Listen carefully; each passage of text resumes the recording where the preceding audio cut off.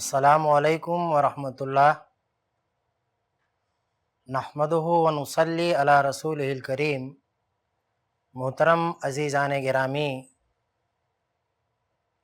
آپ کا ایک بار پھر آئی پلس اکیڈمی میں استقبال ہے۔ آپ لوگ چمن اسلام حصہ پنجم پڑھ رہے ہیں، جس کا 14واں سبق ایک اچھی دکان حصہ 1 چل رہا ہے۔ اس سبق کا ایک سوال رہ گیا ہے جس کا جواب لکھنا باقی ہے، اس لیے ہم یہیں سے شروع کریں گے۔ آپ اپنی کاپی اور اپنا قلم نکال لیں اور جس سوال کا جواب بورڈ پر لکھا جا رہا ہے آپ اسے اپنی کاپی پر نوٹ کر لیں۔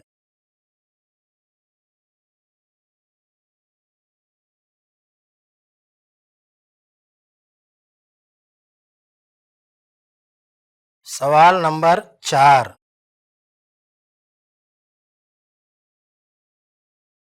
تجارت کی بابت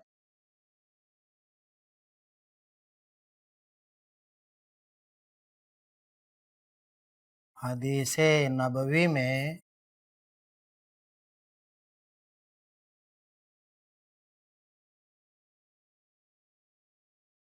کیا مضمون آیا ہے؟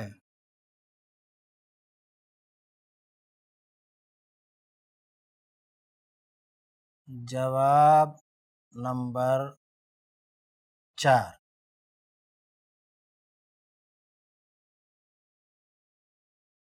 تجارت کی بابت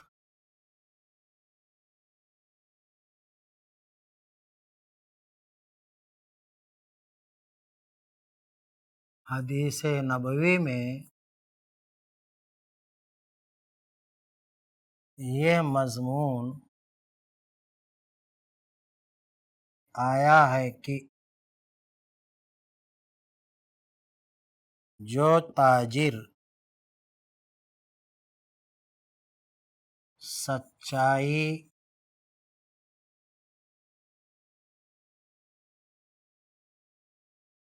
اور دیانت و امانت سے کام لے کر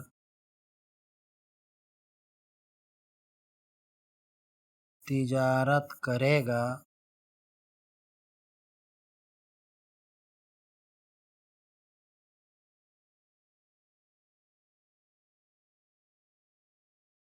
قیامت کے دن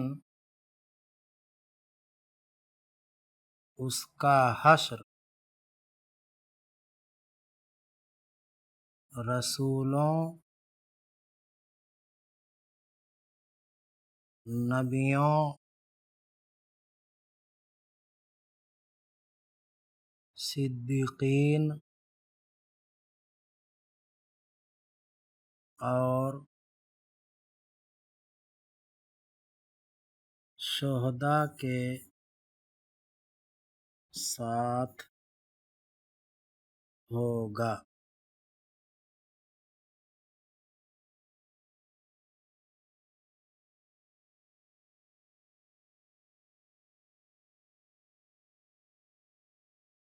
اس سبق کے متعلق جو سوال باقی رہ گیا تھا اس کا جواب لکھا جا چکا ہے۔ اب ہم اگلے سبق کی طرف بڑھتے ہیں جس کا عنوان ہے ایک اچھی دکان پارٹ 2۔ بچوں، کسی دن بازار میں جاتے وقت شاید بھائی رشید صاحب کی دکان پر آپ کو جانے کا اتفاق ہوا ہوگا۔ آج ہم اسی دکان کا کچھ حال آپ کو سنانا چاہتے ہیں۔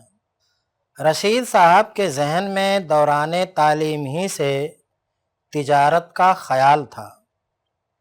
وہ فیصلہ کر چکے تھے کہ علم حاصل کرنے کے بعد وہ صرف تجارت کریں گے اور اسی کو ذریعہ معاش بنائیں گے۔ انہوں نے کتابوں میں تجارت کے بڑے فضائل پڑھے تھے اور ان کو یہ بھی بخوبی معلوم تھا کہ تجارت کرنا ہمارے پیارے نبی کریم صلی اللہ علیہ وسلم کی سنت ہے۔ چنانچہ تعلیم سے فارغ ہونے پر انہوں نے شروع میں ایک چھوٹی سی دکان کھولی جس میں کرانہ کا سامان مہیا کیا اور نہایت ہی دیانت اور امانت کے ساتھ وہ اپنا کاروبار کرنے لگے۔ آج ان کو یہ کاروبار کرتے ہوئے 3 سال گزر چکے ہیں اور اب وہ شہر کے بہت ہی اچھے بڑے دکانداروں میں شمار ہوتے ہیں۔ جو گاہک ایک دفعہ ان سے معاملہ کرتا ہے وہ ہمیشہ کے لیے ان کا ہو جاتا ہے۔ ان میں خوش اخلاقی اس قدر ہے کہ کوئی گاہک کبھی بھی ان سے شاکی نہیں ہوتا۔ سب سے نہایت ہی خندہ پیشانی کے ساتھ ہنسمکھ بات کرتے ہیں۔ کوئی گاہک مال لے یا نہ لے مگر ان کے برتاؤ میں ذرا بھی فرق نہیں آتا۔ وہ ہمیشہ سچائی کے ساتھ معاملہ کرتے ہیں۔ ان کی دکان پر ہر خریدار کو اطمینان ہوتا ہے کہ مال اچھا ملے گا اور بالکل صحیح نرخ پر ملے گا۔ ان کی بات ایسی جچی تلی ہوتی ہے کہ گاہک 10 دکانوں پر پڑتال کر کے آتے ہیں اور آخر انہی کی بات پر ان کو بھروسہ ہوتا ہے۔ اللہ پاک نے رشید بھائی کو نرم دل بھی اس قدر بنایا ہے کہ بہت سے غریب لوگ ان کی دکان سے ادھار مال لے جاتے ہیں اور وہ بخوشی دے دیتے ہیں اور اس لین دین میں وہ نقد اور ادھار میں 1 پائی کا بھی فرق نہیں کرتے۔ اس برتاؤ سے غریب لوگوں کا حال یہ ہے کہ وہ پیسہ ہاتھ میں آتے ہی فوراً رشید صاحب کا قرضہ ادا کر جاتے ہیں۔ رشید صاحب نے اس قدر ترقی کرنے کے باوجود اپنی پرانی دینداری کی روش میں آج تک ایک ذرہ برابر بھی فرق نہیں آنے دیا۔ جماعت کے ساتھ نماز ادا کرنا، قرآن پاک کی تلاوت، یہ ان کا روزمرہ کا معمول ہے۔ وہ وقت کی بڑی قدر کرتے ہیں، دکان پر اول وقت آتے ہیں۔ ان کے نوکروں کا بھی یہی معمول ہے۔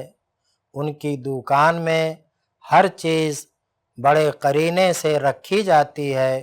اگر خدا نخواستہ کبھی کوئی مال خراب ہو گیا تو وہ اسے اونے پونے نکالنے کی کوشش نہیں کرتے، کیونکہ وہ یہ جانتے ہیں کہ اس طرح ان کی ساکھ میں بٹا لگ سکتا ہے۔ پیارے بچوں، رشید بھائی سے آپ بھی سبق حاصل کرو۔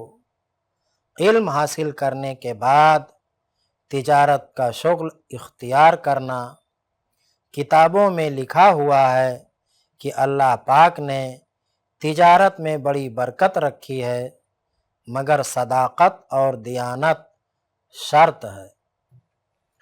پیارے بچوں، حسب روایت صاحب کتاب نے اس سبق کے کچھ مشکل الفاظ کے معنی یہاں تحریر کیے ہیں۔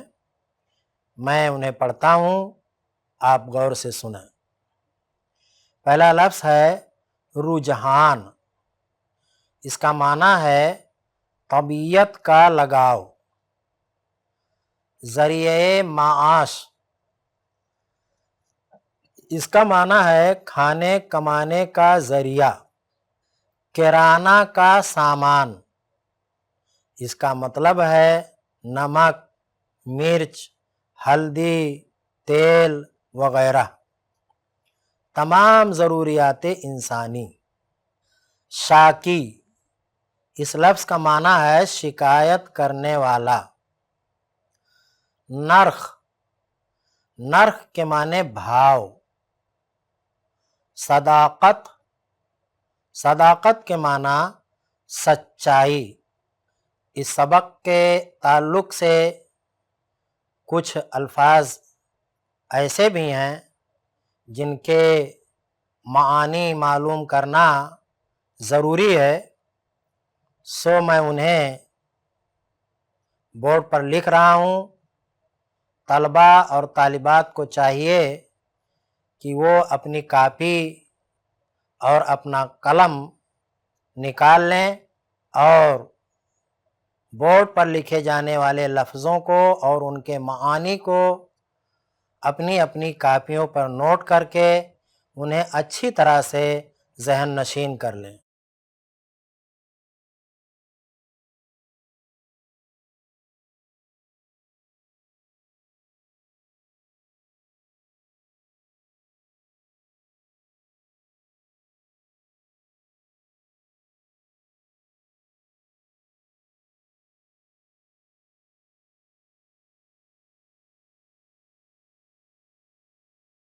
پہلا لفظ ہے معاش۔ معاش کے معنی روزی۔ بخوبی، بخوبی معنی اچھی طرح۔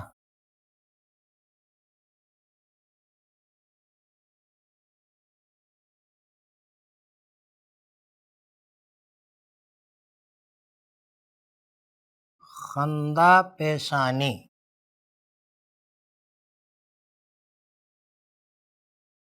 خوش مزاج۔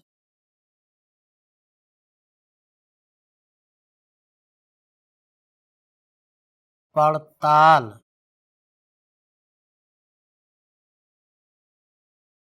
جائزہ،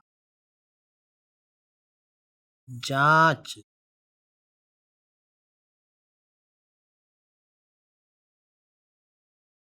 روش،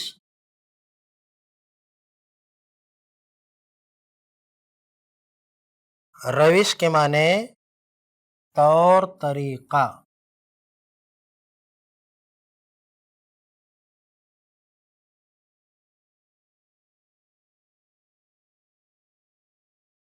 معمول، معمول کے معنی دستور، قاعدہ۔ قرینہ، قرینہ کے معنی سلیقہ، ہنر۔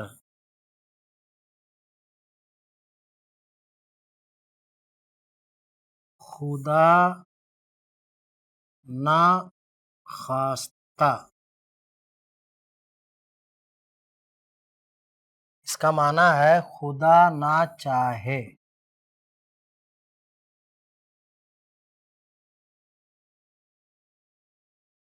ساکھ، ساکھ کے معنی شہرت۔ نیک نامی، آن بان۔ بٹا لگنا، بٹا لگنا کا معنی ہے عیب لگنا، بدنامی ہونا، ساکھ بگڑنا۔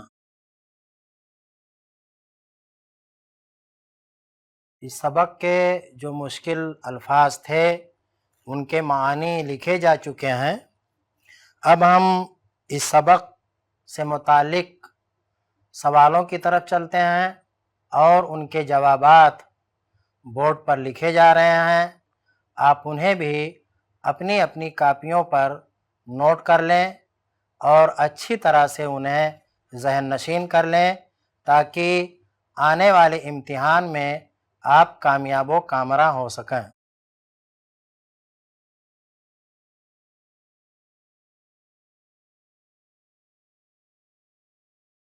پہلا سوال ہے،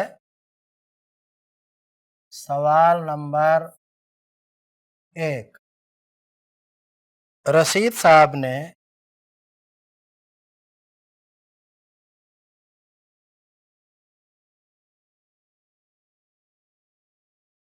علم سے فارغ ہونے کے بعد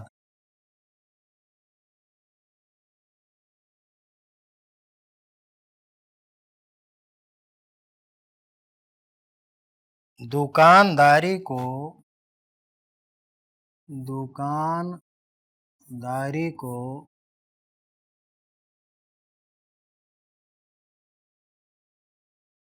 اپنا ذریعہ معاش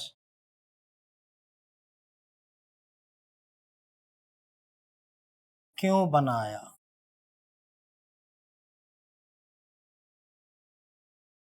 جواب نمبر 1۔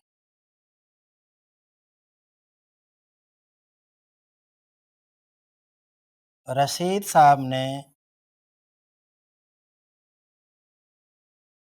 دکانداری کو اپنا ذریعہ معاش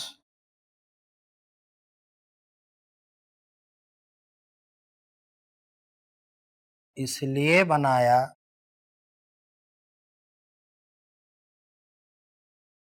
کیونکہ انہوں نے کتابوں میں دکانداری اور تجارت کے فضائل پڑھے تھے۔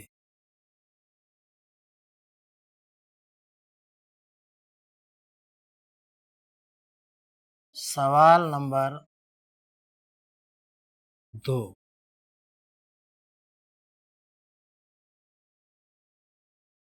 دکاندار گاہک سے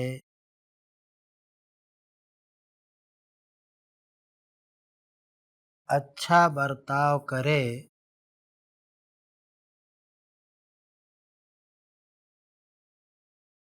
تو اس کا نتیجہ کیا ہونا چاہیے؟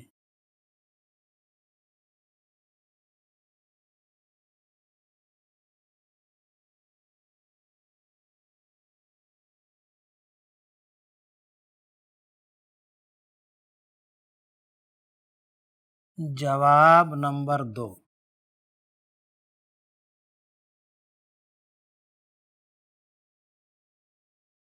دکاندار اگر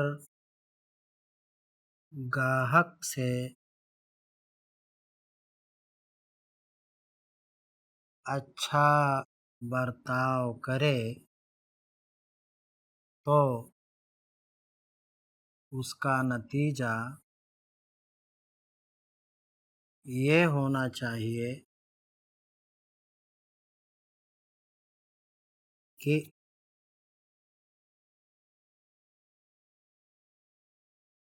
اس کی دکان